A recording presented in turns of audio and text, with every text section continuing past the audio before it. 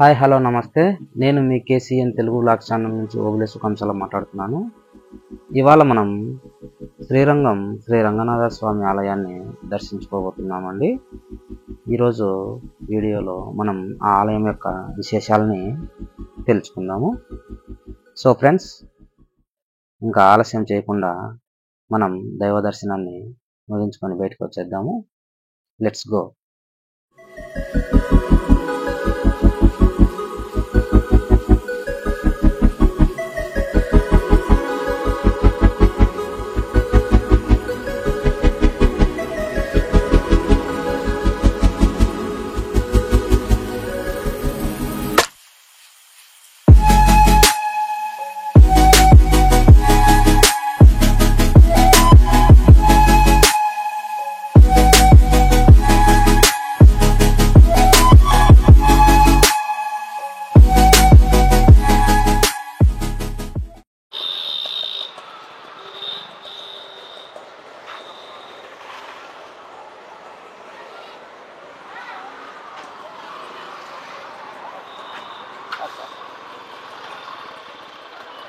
Bike इधर है, bike इधर है. हाँ,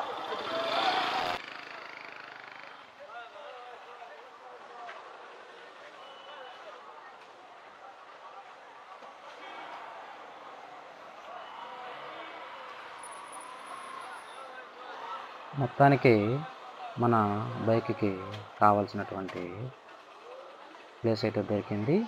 ఇప్పుడు మనం బైక్లో ఉన్నటువంటి విలువైన లగేజ్ మొత్తాన్ని సర్దేసుకుని పక్కనే ఉన్న కౌంటర్లో ఇచ్చి వెళ్ళాలి ఫ్రెండ్స్. దర్శనం టైం కావస్తుంది.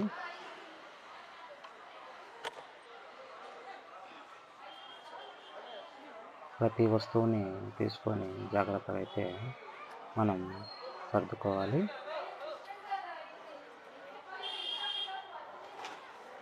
దాదాపు ఇక్కడ దర్శనానికి కొంచెం ఎక్కువ సమయం అయ్యేట్లు సూచనలు కనపడుతూ ఉన్నాయి.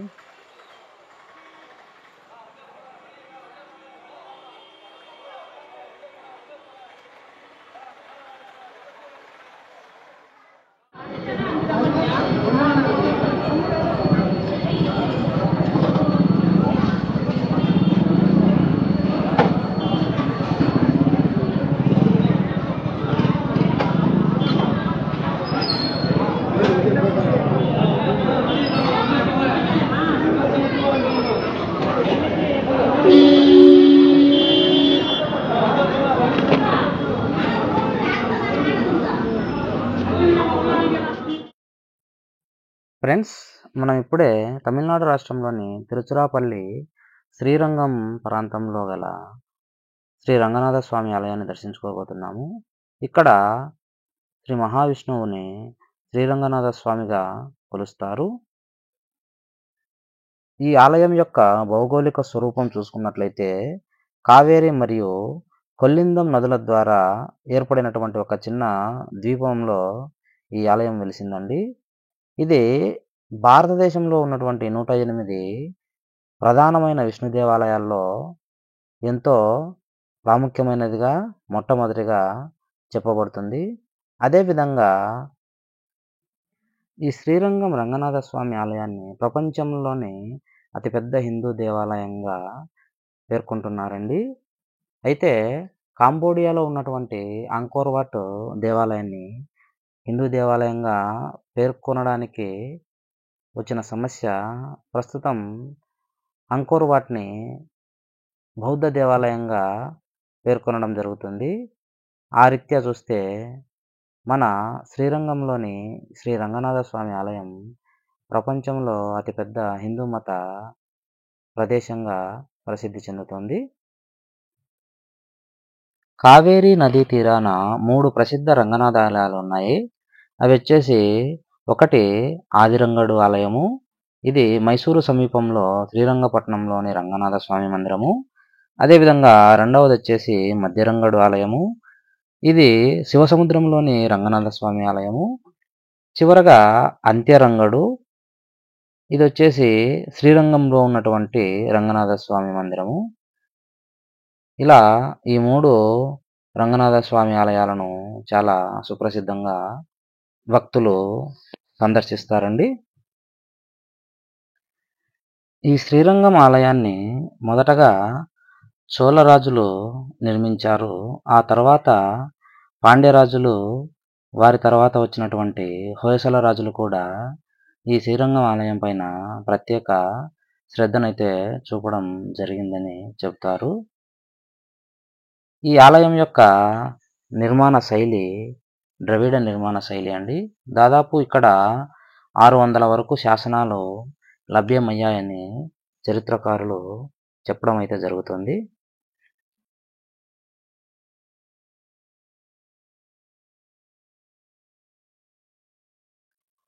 ఈ ఆలయం యొక్క దక్షిణ గోపురం, దీన్నే రాజగోపురం కూడా అని పిలుస్తారు. ఇది దాదాపు 240 అడుగుల పొడవు ఉండి ఆసియాలో అత్యంత ఎత్తైనదిగా పేరుగాంచిందండి. దర్శనానంతరము ఈ ప్రసాదం కొనుక్కోవడం అయితే జరిగిందండి. ఈ ఆలయంలో మిమ్మల్ని మంత్రముగ్ధుల్ని చేసి కట్టిపడేసే సంపద ఏదైనా ఉంది అంటే ఇక్కడ ఉన్నటువంటి ఈ శిల్ప సంపదేనండి. ఇది అలా చూస్తూ ఎంతసేపైనా ఆ ప్రాంతంలో గడిపేయాలని అనిపిస్తుంది. ఇది మాటల్లో వర్ణించలేని అనుభూతి అయితే నాకు ఆడ కలిగిందండి.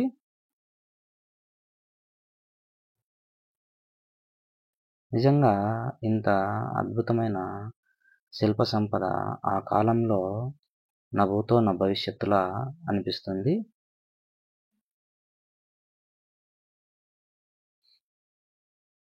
ఎటు చూసినా, ఏ రాయి పైన చూసినా కానీ అత్యద్భుతంగా కనబడుతున్నాయి.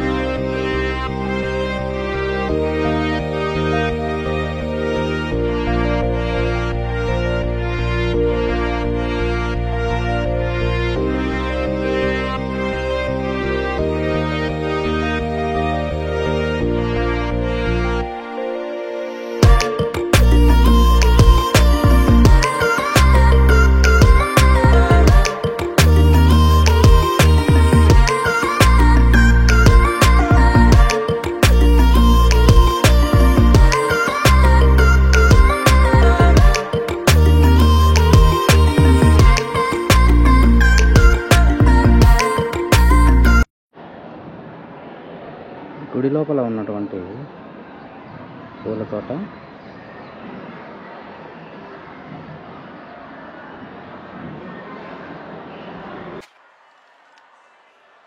ఇది గుడి ప్రహరీ అండి. అలాంటి గోపురాలు దాదాపు 7 గోపురాలు దాటి మనము గర్భగుడిలోకి అడుగు పెట్టాలి. శ్రీరంగం శ్రీ రంగనాథ స్వామి ఆలయం కళ్ళతో చూస్తేనే ఈ అద్భుత దృశ్యాన్ని అనుభూతి చెందుతాము.